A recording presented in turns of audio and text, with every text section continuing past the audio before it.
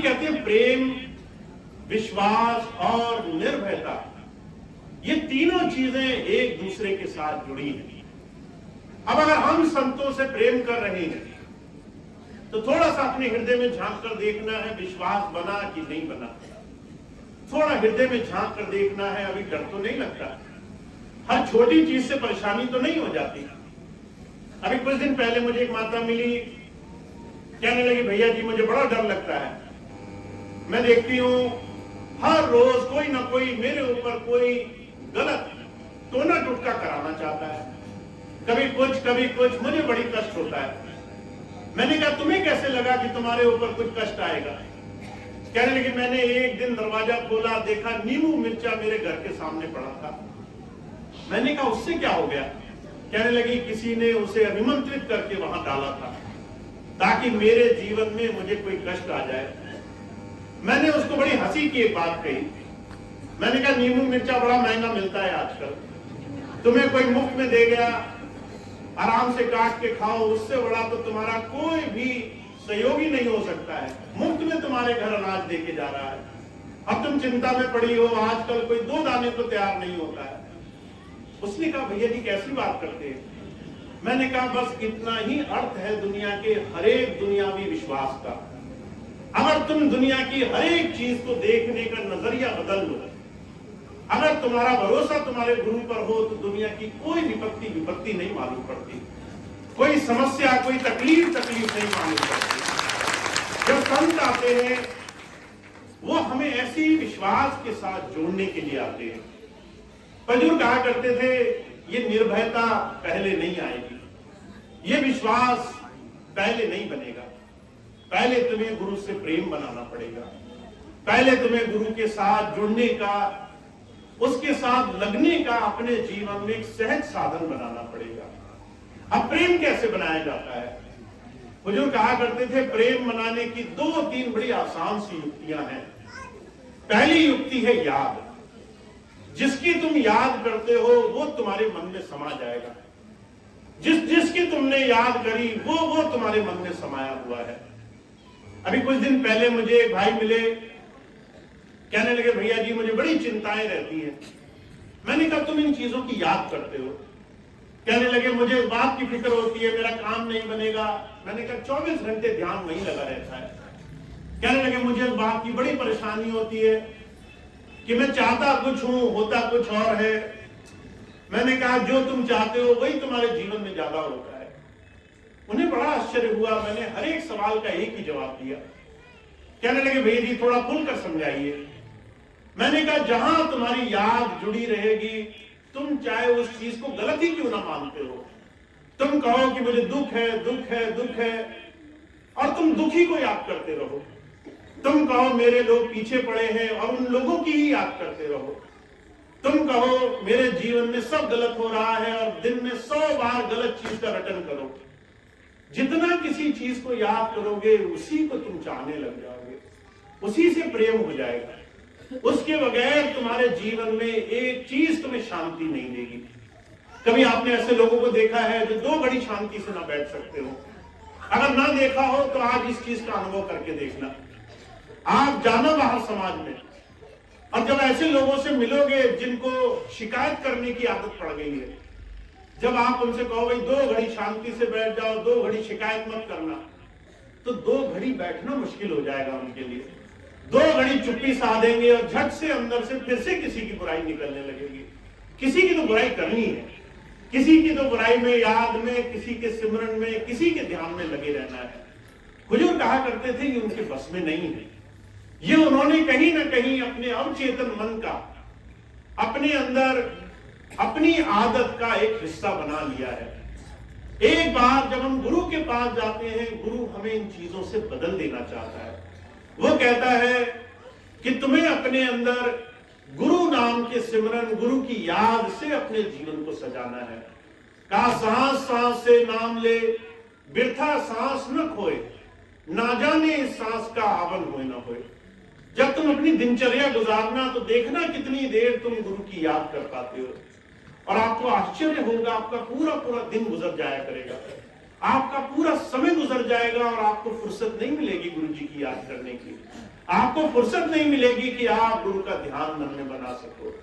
हुजूर कहा करते थे याद बनाना ये स्वेच्छा का विषय नहीं है, याद बनाना ये आदत की, ये हमारे जीवन में नियम, हमारे जीवन में व्रत और संकल्प का काम है।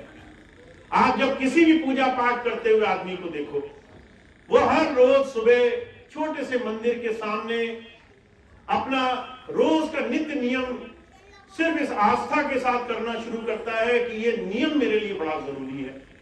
चाहे उसमें कुछ मंत्र का पाठ करना हो, चाहे धूप बत्ती जलानी हो, चाहे दीपक जलाना हो, और 1 महीने बाद वो चाहे वो चीज करना ना भी चाहे, वो भी उसके दिनचर्या में अपने आप होने लग जाएगा।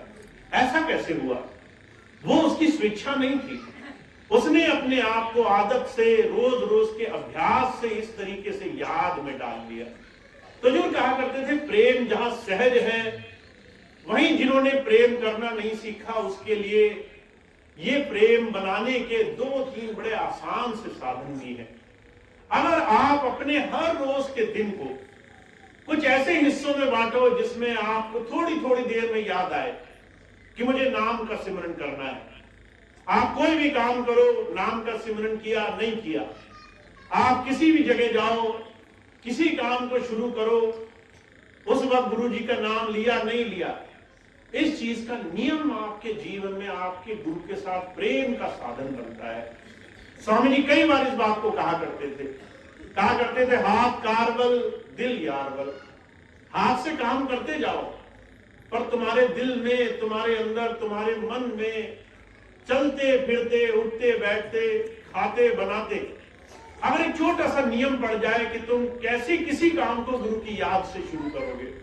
कोई काम करना है, पहले गुरु की याद करनी है।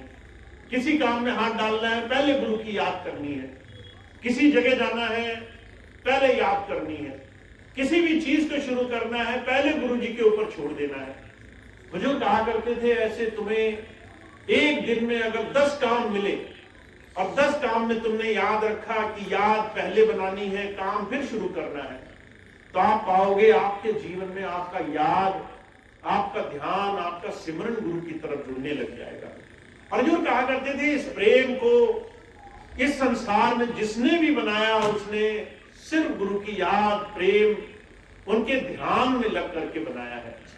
तो आप बहुत भाग्यशाली हैं जिन्होंने गुरु की कृपा से अपने जीवन में उनकी याद से जुड़ने का तरीका सीख लिया है, जिन्होंने गुरु के ऊपर अपना सर्वस्व, सारी चिंताएं उनके ऊपर छोड़ने का तरीका सीख लिया है, जिन्हें किसी बात की चिंता नहीं होती, जिन्हें मालूम है कि मेरे हर एक काम में, अच्छे और बुरे में, दोनों में ही गुरु राजी है।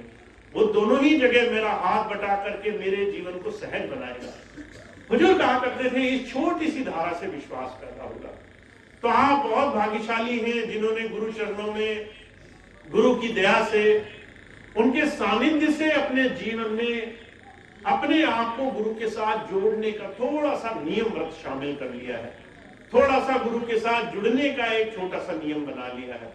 अब इस नियम को आप टूटने ना दें, इस नियम को आप बनाए रखें, इस नियम के साथ आप हमेशा जुड़े रहें, तो आपके जीते जी आपके सारे काम आसानी से हो जाते हैं। मुझे बड़ी अच्छी तरह से याद है एक बार स्वामी जी के जीवन की घटना। स्वामी जी आश्रम में बैठे थे, एक बहन जी आई स्वामी जी के पास, कहने लगी स्वामी जी मैं बहुत बीमार रहती हूँ, महीने महीने सत्संग नहीं मिलता है, कई बार तो 6-6 महीने में आना होता है, पर मैं आपसे जुड़ी रहूं ये मेरे साथ कैसे होगा। स्वामी जी कहने लगे गुरु को अपने मन में बसाना है, गुरु को अपने अंतर में बसाकर रहना है। गुरु अगर शरीर होता, सिर्फ बाहरी शक्ति, सिर्फ बाहरी शरीर, सिर्फ बाहरी इस हार्ड मास के शरीर को गुरु कहा गया होता, तो इस संसार में बाहरी शरीर से गुरु की महिमा कभी नहीं गाई जाती। संतों के शरीर को भी आम इंसानों की तरह हर तरीके के सुख दुख में पाया गया है। उन्हें सुख में सुख भी होता है, दुख में दुख भी होता है, शरीर में कष्ट भी आते हैं, परेशानियां भी आती हैं, रोग भी लगते हैं, पर शरीर को अगर हमने उस प्रभु सत्ता को मान लिया तो हमारा कभी विश्वास नहीं बनेगा। इसलिए स्वामी जी कहने लगे गुरु वो शक्ति है और उस शक्ति को तुम जब चाहो अपने नजदीक पा सकते हो। तुम्हारे अंदर उस तरह का प्रेम भाव होना चाहिए कि तुम आंखें बंद करो, वो तुम्हें अंतर में दिखने लग जाए, वो तुम्हें अंतर में जुड़ करके तुम्हारे जीवन में तुम्हें सहारा मदद देना शुरू कर दे। और इस बात को स्वामी जी ने कई बार सत्संग में दोहराया है। कहा गुरु बसे बनारसी, सिख साथ समंदर तीर, एक पल कभी न बीछड़े जो गुण होए शरीर। गुरु चाहे हमसे बहुत दूर बैठा हो, हम चाहे उससे महीने महीने ना मिल पाते हो, पर हमें ऐसी अपने अंदर गुण धारा, अपने अंदर ऐसा जुड़ाव बनाना है जिससे हम जब चाहे उसके साथ जुड़ सकें। तो हमारे लिए हमारा अंतर गुरु का जुड़ाव ये ज्यादा जरूरी है, हम अंदर उससे जुड़े रहें। अब आप इतनी दूर रहते हैं, आपको अगर 2-2, 3-3 महीने, 6-6 महीने सत्संग ना मिले, दर्शन ना मिले, तो आप कैसे गुरु से जुड़ पाएंगे? हुजूर कहा करते थे, अगर सांसारिक दृष्टि से देखो, चारों तरफ एक एक सांस से, एक एक क्षण से काल अपना प्रभाव हर एक इंसान के ऊपर छोड़ रहा है। आप सुबह आंखें खोलोगे, मन 24 घंटे संसार की तरफ दौड़ा करेगा, हर तरह की चीजें याद आएंगी, अच्छी बुरी हजारों संसार की चीजें याद रहेंगी। अगर आप 24 घंटे इस मन गति में हो और गुरु जी आपको 6 महीने में मिल रहे हैं, तो कैसे हमारा उद्धार होगा? हुजूर कहा करते थे, सिर्फ एक कारण से, आप गुरु को शरीर मत मानना। वो धारा है जो आपके अंतर है, वो धारा है जो प्रेम से आपके हमेशा अंग संग रहेगी, वो धारा है जो उसकी याद से हमेशा आपके सभी कामों में आपकी मौजूदगी का एहसास आपको कराएगी। अगर आपने उसको याद करना शुरू कर दिया, अगर आपने हर एक जगह उसका ध्यान रखा, अगर आपने उसकी तरफ थोड़ा सा प्रेम बनाकर रखा, तो आपके घर बैठे सारे काम होने लग जाएंगे। इसीलिए कबीर साहब कहा करते थे कि अगर आपको थोड़ा सा इस चीज की परख करनी हो, का प्रेम छुपाया ना छुपे, जा घट प्रगट होए, जापे मुख बोले नहीं नैन देख है रोए। अगर आप कभी एकांत में बैठे होगे, अगर आप गुरु की याद कर रहे होगे, आपके वहीं आंखें नम होने लग जाएंगी, वहीं आपके अंदर से उसको याद करके आपका विरह प्रेम उसके लिए आने लग जाएगा, वहीं आपका ध्यान उससे जुड़ने लग जाएगा। और अगर आपके अंदर वो प्रेम नहीं उपजा, तो आप उसके चारों तरफ रहोगे तो भी उसको देखने की दृष्टि नहीं बन पाएगी। तो इस संसार में भक्ति हमेशा प्रेम से की जाती है, भक्ति हमेशा अंतर से की जाती है, भक्ति हमेशा उस प्रभु को अपनी मन बुद्धि से थोड़ा और आगे बढ़कर की जाती है। और आप भाग्यशाली हैं इस बात को समझने वाले बने हैं। तो आज मैं आपसे सिर्फ इतनी बात कहूंगा कि स्वामी जी की कृपा से, उनकी दया से हमने जो एक चीज पाई है कि हम गुरु को कैसे अपने जीवन में प्राप्त करने वाले बने, उस धारा को आप अपने जीवन में हर रोज जैसे अभी तक करते आए हो, वैसे ही उसके साथ ज्यादा से ज्यादा जुड़ने का भाव रखना। जितना ज्यादा आप उसकी तरफ जुड़ते रहोगे, जितना ज्यादा आपका जुड़ाव उस तरफ रहेगा, उतना ज्यादा आप उसको महसूस करोगे, उतना ज्यादा वो आपके जीवन में हर पल हर घड़ी आपके अनुसंग रहेगा। तो सिर्फ इतनी बात हमें याद रखनी है, आज हम जब बहुत दूर हैं, हमें ऐसा प्रेम भाव जोड़ना है कि हम जहां भी रहें, हमारी याद, हमारा ध्यान, हमारा ख्याल उनसे जुड़ा रहे। अगर आपने इतना काम कर लिया, तो दुनिया के बाकी के सारे काम सहज भाव से, बड़ी आसानी से, उसकी कृपा से अपने आप सहज होने लग जाएंगे। मेरे पास बहुत से भाई बहन आते हैं, मैं उनसे एक ही बात कहता हूं, आप अगर ये एक चीज करते रहो, दुनिया की सारी चीजों की चिंताएं आप अपने गुरु के ऊपर छोड़ दो। आपको लगे किसी को बाहरी चीजों के लिए, तरह तरह की चीजों के लिए बाध्य किया जाता है, उसकी चिंता मेरे ऊपर छोड़ दो। आपको लगता है आपको पूजा पाठ करना पड़ता है, उसकी चिंता मेरे ऊपर छोड़ दो। आपको लगता है दुख परेशानी, सुख दुख, अलग अलग तरह की विपत्ति आई, उसकी चिंता अपने गुरु के ऊपर छोड़ दो। दुनिया की सारी चीजें सहज भाव से हल हो सकती हैं, अगर आपका अंदर से ध्यान, अंदर से जुड़ाव, अंदर से गुरु के लिए प्रेम हर रोज जुड़ा हुआ है। तो हमें सिर्फ एक चीज पे ध्यान देना है, हम जहां भी रहें, जिस भी स्थिति में रहें, हमारा दिन कैसा भी गुजर रहा हो, हम दिन की शुरुआत करें गुरु जी को अपना पूरा दिन समर्पित करके। आंख खुले, सबसे पहली चीज क्या करो, हे गुरु, मेरा आज का दिन, इसमें जो कुछ भी हो, सब मैं तेरे चरणों में समर्पित करता हूं। अच्छा होगा तो तेरी मेहरबानी, अच्छा नहीं होगा तो तेरी मौज। तो जैसे रखेगा वैसे मुझे राजी है, मुझे अच्छे में भी राजी है, मुझे जो सख्त और कड़वे जीवन में भी राजी है। दोनों ही चीजें मैं तेरे भाने पर छोड़ता हूं। और जब रात को सोने जाओ तो शुक्राना अदा करो। हे प्रभु, तेरी कृपा से पूरा दिन सहज भाव से गुजर गया, तेरी कृपा से पूरा दिन आराम से गुजर गया।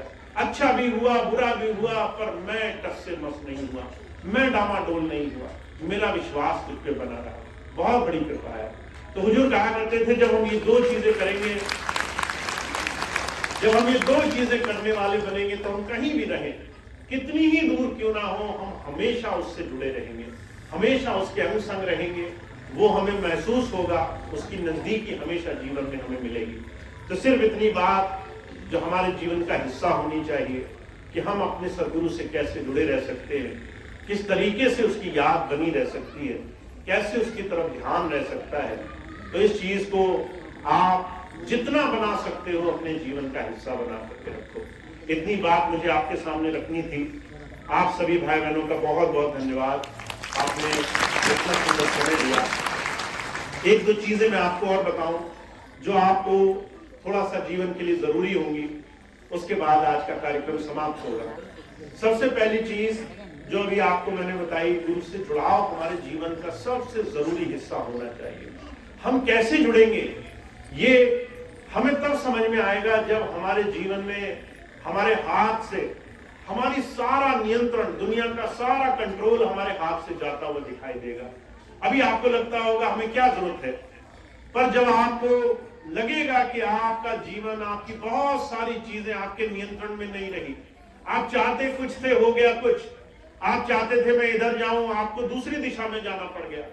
आप चाहते थे मेरे जीवन में सारी चीजें अच्छी अच्छी हो, कुछ भी मेरे हिसाब से नहीं हो रहा। उस वक्त आपको समझ में आएगा गुरु धारा, गुरु की शक्ति कैसे आपके जीवन में आपकी संभाल करके रखती है। तो थोड़ा सा धैर्य रखना, थोड़ा सा विश्वास बना के रखना, समय रहने पर सारी चीजें आपको समझ में आने लग जाएंगी। दूसरी चीज मैं आपको बताना चाहता हूं, हमारे जितने भी प्रेमी भाई बहन हैं, समय बहुत इस तरीके का चल रहा है कि आज से 20 साल 25 साल पहले जो काम करना आसान था, आज वो काम करना मुश्किल है। आज से 20-25 साल पहले भौतिकता चरम सीमा पर इतनी नहीं थी, उस समय भी रही होगी, पर आज कुछ अलग किस्म की है। आज के समय में आप देखेंगे कि आपके बच्चे, आपके आने वाली पीढ़ियां, वो धीरे धीरे कहीं ना कहीं आपसे अलग हो रही है। ऐसा समय आ रहा है कि माता पिता अपने बच्चे को कुछ बहुत ही जरूरी चीजें बताने में भी पूरी तरह से कामयाब नहीं हो पा रहे। जिसे हम कहते हैं ना भवन की बुनियाद, आप एक मकान बनाने चले और आपने सबसे नीचे बुनियाद जो रखनी थी, वो बुनियाद भी आजकल कमजोर पड़ रही है। और वो बुनियाद क्या है कि आपका जीवन कैसा हो, आपका आहार और विचार कैसा हो, आपका आचरण कैसा हो। और मैं इस चीज के लिए बहुत ज्यादा आप सबको सिर्फ एक चीज कहना चाहता हूं, हम तभी अपने बच्चों के अंदर अच्छी चीज डाल सकेंगे जब वो हमारे अंदर आएगी, जब वो हमारे जीवन का हिस्सा होगी। अब ये बात मैं क्यों कहता हूं आपसे, मुझे एक बच्चे ने एक पत्र लिखा। जब पत्र लिखा तो हालांकि उसकी बात गोपनीय थी, पर मैं आपको बता देता हूं, इसलिए क्योंकि आप भी कहीं ना कहीं उससे जुड़े हुए हैं। वो बच्चा कहता है कि मेरे पिता, मेरी माता महाराज जी से नाम लिए, फिर स्वामी जी के साथ जीवन गुजरा, और अब मैं जब थोड़ा सा बड़ा हो गया तो मेरा सत्संग में जाने को मन नहीं करता। इसकी एक बड़ी खास वजह है। उसने पत्र लिखा मुझे। मैंने कहा कि भाई वो कौन सी चीज है जो इस बच्चे ने लिखी होगी। जब मैंने गौर से पढ़ा तो उसने कहा कि मेरे पिता और माता, वो आपस में उनका आपसी स्वभाव एक दूसरे के प्रति वो बड़ा उग्र है। उग्र समझते हैं ना, बड़ा गुस्सैल, छोटी छोटी चीजों पे नाराजगी, छोटी छोटी चीजों पर एक दूसरे को दोषी ठहराना। और इस वजह से मुझे लगता है जब सत्संग में इतने साल जाने के बाद भी अंदर से ये चीज नहीं निकली, तो हम गुरु जी के पास जाएंगे तो हमें क्या मिल जाएगा। अब ये चीज आप महसूस कर सकते होंगे। हमारे बच्चे आज के समय में वो बाहर की तरफ मुड़ गए, उन्होंने धर्म का, उन्होंने जीवन में जो एक छोटी सी चीज होती है आस्था, उसका स्थान छोड़ दिया, उन्होंने खोज करना छोड़ दिया, वो नशे वृत्ति में चले गए, मांसाहार में चले गए, गलत दिशा में मुड़ गए। और उसके पीछे सिर्फ एक छोटा सा कारण है, अपेक्षा। मैं इसको अपेक्षा कारण मानता हूं। कारण क्या है? हम अपने बच्चों में यह आदर्श नहीं दे पाए कि हमारा जीवन अच्छा होना चाहिए। अब अच्छा हमारा जीवन कैसे होगा? जब हम एक दूसरे से उम्मीद लगाना नहीं छोड़ते। हमारी उम्मीदें ये हैं, हमें सुखी रखने का दायित्व तुम्हारा है, मैं अगर सुखी रहूंगा तो तब जब तुम मेरी सेवा करोगे। क्या ये संभव है संसार में? अगर तुम अपने घर से बाहर निकलो और घर से बाहर निकलकर कहीं भी जाओ और तुम ये सोचो कि लोग मेरी बड़ी सेवा करें, नहीं तो मैं दुखी हो जाऊंगा, तो आप ये अभी से लिख लो कि आपके जीवन में दुख ही दुख भरा है। क्योंकि कौन सेवा करता है किसी की? आप कहो लोग मुझे खाना पूछे, पानी पूछे, सत्कार करे, इतनी अपेक्षा जब हम बाहर करते हैं तो बाहर भी मेरी अपेक्षा नहीं पूरी होती। तो हम क्या करते हैं? हम इंसानियत के नाते खुद ही पानी उठाकर पी लेते हैं, हम इंसानियत के नाते खुद ही अपने काम करने लग जाते हैं। जब तुम बाहर अपनी अपेक्षाएं कम रखते हो तो अपने नजदीकियों से तो अपेक्षाएं और कम रखनी चाहिए, अपने प्रियजनों में तो अपेक्षाएं और कम रखनी चाहिए। जहां तुम्हें लगे कि इसे मुझे करना चाहिए वहां पहले ही करने लग जाओ। जहां तुम्हें लगे कि मुझे पानी पूछेगा तुम ही पानी उल्टा देने लग जाओ। जहां तुम्हें लगे कि ये मुझे भोजन पूछेगा तुम खुद ही भोजन देने लग जाओ और आप चमत्कार देखोगे। जहां इंसान देने की भावना रखता है वहां संसार में परमात्मा भी उसको देने को राजी होता है। जहां सिर्फ आप लेना चाहते हो, मुझे सब देते रहे फिर मैं सुखी हो जाऊंगा, ये सिर्फ स्वर्ग की परिकल्पना में होता है कि आप स्वर्ग जाएंगे, वहां परियां आपका काम देखेंगी, आपके काम बनाएंगे। पर ऐसी परिकल्पना सिर्फ संसार में लोगों को दुख देती है। तो महाराज जी कहा करते थे, आपका जीवन आपके हर एक छोटे स्वभाव को आपके आगे आने वाली पीढ़ियों में ले जा रहा है। अगर आप चाहते हो कि आप गुरु जी से जुड़ गए तो पहली अपेक्षाएं कम रखो। और अपेक्षाएं कम रखने का सीधा सा अर्थ यह है, जो चीज तुम चाहते हो तुम्हारे लिए कोई करे वो तुम पहले करने लग जाओ। तुम्हें लगता है लोग तुम्हें सम्मान करें, तुम पहले उसे सम्मान देकर बात करो। तुम्हें लगता है लोग तुम्हारा सत्कार करें, तुम ही उनके घर जाके उनका सत्कार करने लग जाओ, तुम ही उनको कुर्सी देने लग जाओ कि भाई पहले आप बैठेंगे फिर मैं बैठूंगा। अगर आपको थोड़ा सा ये देने का भाव आ जाए, जीवन में ये लेने की प्रथा आपकी हट जाए, तो जो कहा करते थे आपके दो बहुत बड़े काम बनने हैं। पहली बात तो ये, आपके जीवन में दुख उसका जो है स्थान खत्म हो जाएगा। दुख तब होता है जब किसी और से मांगते हो, जब दुनिया से कुछ आशा ही ना रखोगे, जब किसी से कुछ पाना ही ना चाहोगे, तो तुम्हारे संसार की अपेक्षाएं तुम्हारे दुखों का कारण नहीं रहेंगी। कबीर साहब ने इस बात को 600 साल पहले कहा है। मैं कोई भी बात अपने आप से नहीं कहता हूं, कबीर साहब 600 वर्ष पहले कह के गए। कहा है, कबीर भरोसे राम के निर्भय होकर सोए, अनहोनी होनी नहीं होनी होए सोए। अगर भरोसा रखना ही है तो अपने प्रभु का रखो, अपने राम का रखो। दुनिया का क्या भरोसा रखते हो? लोगों के भरोसे क्यों चलते हो? अगर भरोसा रखना ही है तो अपने मालिक का रखो। अगर तुमने मालिक पर भरोसा कर लिया तो वो कहते अनहोनी तो होगी नहीं तुम्हारे साथ। जिसे तुम कहते हो ना जीवन में किसी ने कुछ बुरा कर दिया, वो तो कभी भी नहीं होगा, और जो भी होगा वो गुरु की राजी में होगा। तो कबीर साहब कहते हैं, अपेक्षाएं अगर तुम दुनिया से कम रखो और दुनिया को देने वाले बनो, प्रियजनों को देने वाले बनो, माता पिता भाई बंधु ऊंच नीच छोड़ दो कि मेरे से नीचा है इसलिए मैं नहीं दूंगा, पहले उसे जाकर दो। आप देखोगे आपका सारा जीवन सुखमय हो जाएगा, जीवन में बड़े बड़े चमत्कार आने लग जाएंगे। और दूसरी बात कहते हैं, इस चीज का कभी आपको एहसास नहीं होगा। आप इतनी बड़ी धरोहर, इतनी बड़ी आप संसार में कीमत आगे अपने आगे आने वाली पीढ़ियों को देकर जाओगे। बच्चों को कहना नहीं पड़ेगा किसी का सत्कार करो, वो कहेंगे मेरे पिताजी ही मेरा सत्कार करते हैं, मेरी माता ही मेरा सत्कार करती है। अगर वो कर सकते हैं तो मैं नहीं कर सकता क्या? बुजुर्ग कहा करते थे, जिसने देना सीख लिया उसको संसार में कोई चीज हरा नहीं सकती है। तो आप बहुत भाग्यशाली हैं, इस छोटी सी चीज को समझें।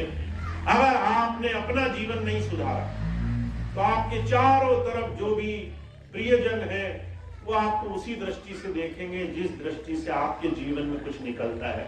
दूसरी बात, जो महाराज जी फरमाया करते थे। महाराज जी कहा करते थे, अगर तुम संतरा लो और उसको जोर से दबाओ और तुम ये उम्मीद करो कि उसके अंदर से सेब का रस निकल जाए, जैसे तुम्हारे सोचने से नहीं होगा, तुम्हारे लाख कोशिश करने से नहीं होगा। कहते ऐसे ही जब भी तुम किसी कष्ट में पहुंचोगे और तुम्हारे अंदर से जो निकलेगा वो तुम्हारे अंदर जो भरा है उसी का निष्कर्ष होगा।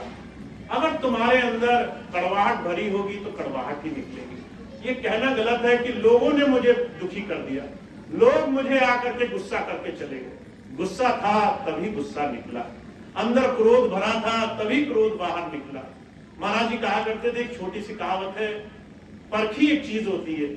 अगर बोरों में अनाज भरा हो, परखी जब आप लगाते हैं तो जो अंदर होता है वही बाहर निकल के आता है।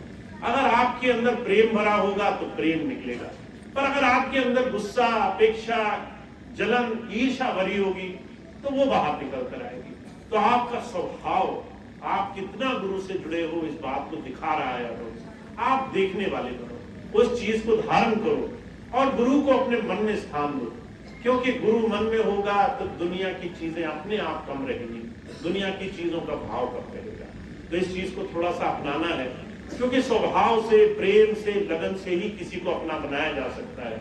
आप कोशिश करो, मैं हक से, मैं जबरदस्ती, मैं हट से, मैं जोर जबरदस्ती से किसी को बात मनवा लूंगा, तो ये संभव नहीं है। आप प्रेम से ही सब कुछ कर सकते हो। तो स्वामी जी प्रेम का रास्ता दिखा रहे हैं, आप इस रास्ते पर चलो। आप इस रास्ते पर जितना चाहो उतना जो है मेरी सेवाएं ले सकते हो, पर आप अगर इस रास्ते पर चलोगे नहीं तो जो है आपको, सच कहूं, इस चीज के रास्ते पर आपको बहुत कुछ हासिल नहीं होगा। मैं कई बार सभी भाई बहनों से एक चीज कहता हूं, बहुत से लोग मुझसे मिलने आते हैं, पर मैं उसको ढूंढता हूं जो सच में प्रेम से, सिर्फ प्रेम की भावना से लगा है। और प्रेम की भावना तब दिखती है जब किसी दूसरे से आप उतना ही प्रेम से बात करो। मैं ये देखता हूं आप दूसरे से कितना अच्छे से व्यवहार करते हो। अगर आप मेरे सामने मीठे बने रहे और दूसरे को आपने डंडा दिखा करके बाहर गिरना शुरू कर दिया, तो समझ लीजिए गुरु से प्रेम एक तरफा और संसार से आपकी जुड़ाव की स्थिति अलग। तो आप सिर्फ एक चीज देखें, आपका प्रेम सबके साथ कैसा है, यही आपके प्रेम की परिकाष्ठा है। तो स्वामी जी इस रास्ते को दिखा रहे हैं। आज इस महीने में जब इतने प्रेमी भाई बहन इतनी लगन से इस पूरी यात्रा पर निकले हुए हैं कई दिनों के इस कार्यक्रम के लिए, बस एक चीज और हमें अपने जीवन में धारण करनी है, हम कितना सबसे एक जैसा प्रेम और गुरु की बात अपने अंदर से सब तक पहुंचा सकते हैं।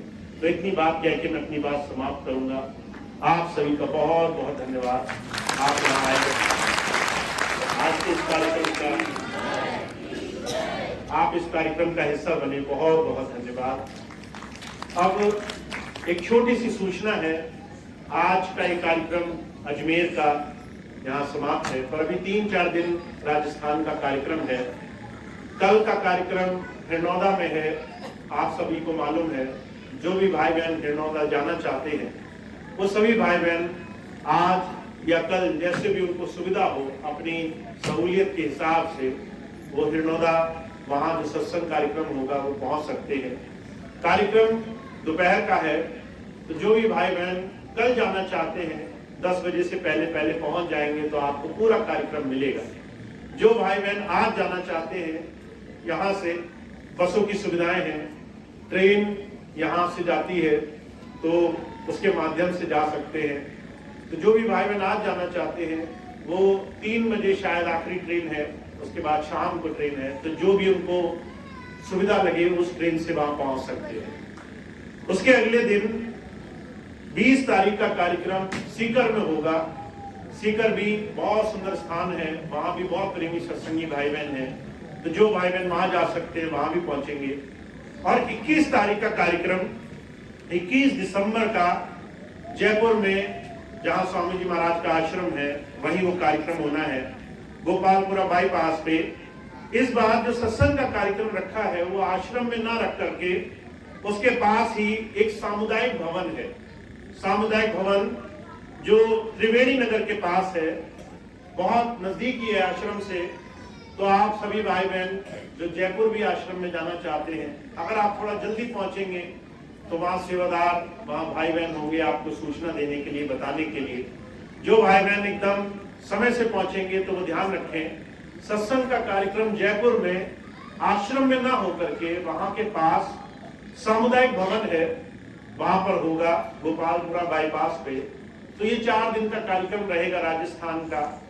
आप सभी भाई बहन सब जगह आमंत्रित हैं, खूब सत्संग का हिस्सा बने, सत्संग में भाग लें और सत्संग में पहुंच करके इस पूरे समय का लाभ उठा सकते हैं। एक छोटी सी सूचना मैं आपको और बता दूं, एक छोटी सी व्यवस्था आज से बहुत पहले स्वामी जी ने रखी थी कि ज्यादा से ज्यादा सत्संग में जुड़ने का भाव हम सबको मिलता रहे। तो उसके लिए एक सत्संग टीम का गठन किया गया है। लगभग 1 साल से सत्संग टीम बहुत मेहनत से जगह जगह जाकर के सत्संग करती है। और जब सत्संग करते हैं तो जितने भी भाई बहन हैं, चाहे नए लोग हों चाहे पुराने लोग हों, सबको साथ मिलकर के सत्संग के इस सुंदर भाव से जोड़ने का प्रयास करते हैं। तो सत्संग की टीम बहुत जल्दी राजस्थान में भी आना शुरू होगी, आप सभी भाई बहन उसका लाभ उठा सकेंगे। तो जितने भी स्थानीय भाई बहन हैं, अजमेर के जितने भी सत्संगी भाई बहन हैं, जो सत्संग से जुड़े हैं, जो सत्संग के सेवा कार्यों में सहयोग करते हैं, हाथ बटाते हैं, उन सभी भाई बहनों से अनुरोध है वो सभी भाई बहन उस टीम के साथ जुड़ेंगे, सहयोग करेंगे, ताकि आपके अजमेर में आसपास फिर से सत्संग खूब अच्छी तरीके से होने लग जाए। हर जगह सत्संग की धारा से जुड़ने का लाभ सभी भाई बहनों को। इतनी बात कह के मैं अपनी बात समाप्त करूंगा। आज के सत्संग कार्यक्रम समाप्त होगा। बहुत बहुत